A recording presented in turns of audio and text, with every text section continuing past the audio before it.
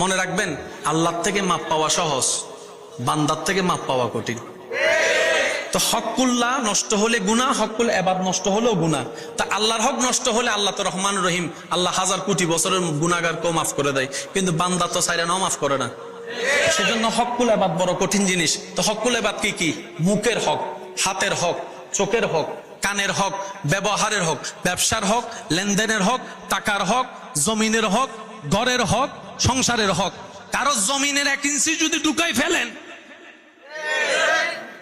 তাকে অন্য জায়গায় 2 ইঞ্চি দিয়ে দেন, লাভ কি হবে আপনার জানেন? দুনিয়া তো ইজ্জত আপনার বংশের হবে, যে আর কারো হবে না।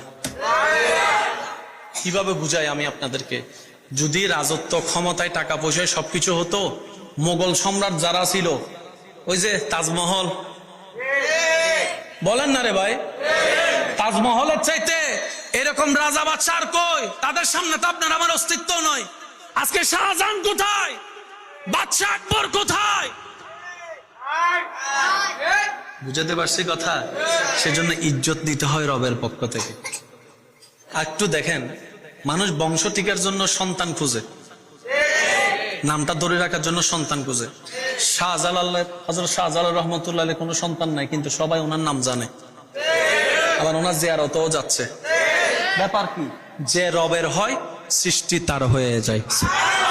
যে রবের কে খুশি করতে পারে, সৃষ্টি জগৎ তারকে খুশি করার পিছনে লেগে যায়। সেজন্য নিয়ত রাখতে হবে সবকিছুর পিছনে, আমি আমার আল্লাহকে খুশি করতে চাই, আমি আমার রবকে খুশি করতে চাই, আমি আমার রহমানকে খুশি করতে চাই, আমি আমার রাজ্জাককে খুশি করতে চাই।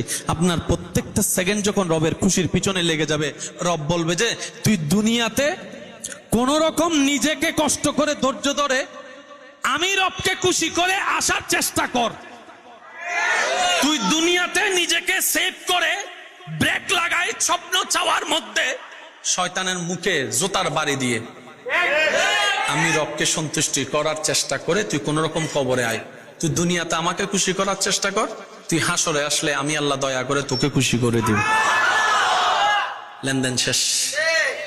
আপনারা বেঁচে থাকতেই নিজেদের সম্পত্তি ছেলে মেয়েকে সুন্দর করে ভাগ করে বুঝাই দেন, কিন্তু দলিল একটা জিনিস লেখা থাকবে, সেটা কি?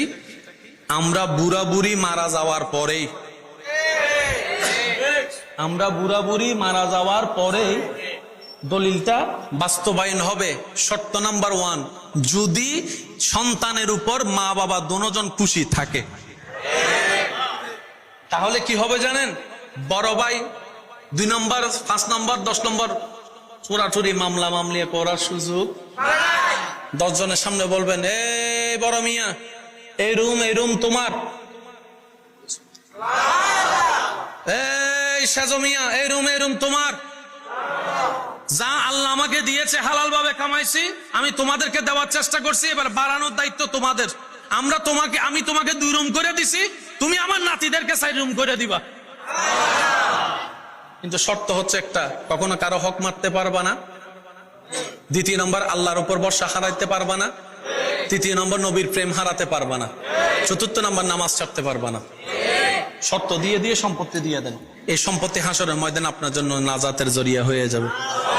একটু জোরে বলি না সুবহানাল্লাহ? আর একটু জোরে বলি সুবহানাল্লাহ? আমি 2টা রুম করে দিছি, আমার নাতিদেরকে তোমরা 4 রুম করে দিবা। আর বছরে একবার আমার সব ছেলে মেয়ে এক জায়গায় বসে, অমুক জায়গায় বসে ভাত খাবা। আমি বুঝাতে পারি নাই মনে কথাটা। আমার প্রত্যেকটা ছেলে মেয়ে বছরে একবার এক জায়গায় বসে ভাত খাবা। যতই রাগ থাকুক, আসতেই হবে। আর আমার হুকুম না মানলে অটোমেটিক সম্পত্তি থেকে বাদ। সম্পত্তি বাঁচানোর জন্য হলো তো বাদ, সামনে আসলে তো দেখা হলে তো চোখে চোখ হলে তো একটু মায়া একটু লাগলে তো রাগ একটু, দিবাই হয়তো জড়াজড়ি করে কোলাকুলি করে। সুবহানাল্লাহ, একটু জোরে বলি না? সেদিন ইসলাম বলেছে যতই ব্যস্ত থাকেন, আমি সবার উদ্দেশ্যে বলছি, পরিবারকে নিয়ে বসে খাওয়ার চেষ্টা করবেন। অনেক কিছু হয় এক জায়গায় সমাধান খাবার মধ্যে। একজন আরেকজনকে না দেখতে দূরত্ব চলে আসে অন্তরের। এই একটা দাওয়াতে যখন আসে, মনে করেন আপনি একটা দাওয়াতে গেছেন, আপনি একটা দাওয়াত দিচ্ছেন, সবাই আসছে, আপনি জানেন এই ভাইয়ের সাথে কথা বলে না, এই জায়গায় আপনি কি করবেন জানেন? তাদেরকে এমন কৌশলে ফেলবেন দুজন যখন এক জায়গায় বসে, কারণ আপনি তো মেজবান, আপনি এমন ভাবে সিচুয়েশনটা করবেন ভাই দুইটা জন এক জায়গায় বসে, যাই আপনিও বসবেন, এমন ভাবে বসবেন ভাই ওনাকে একটু নিয়ে দেন তো, সে তো আর বলতে পারবে না আমি দিব না।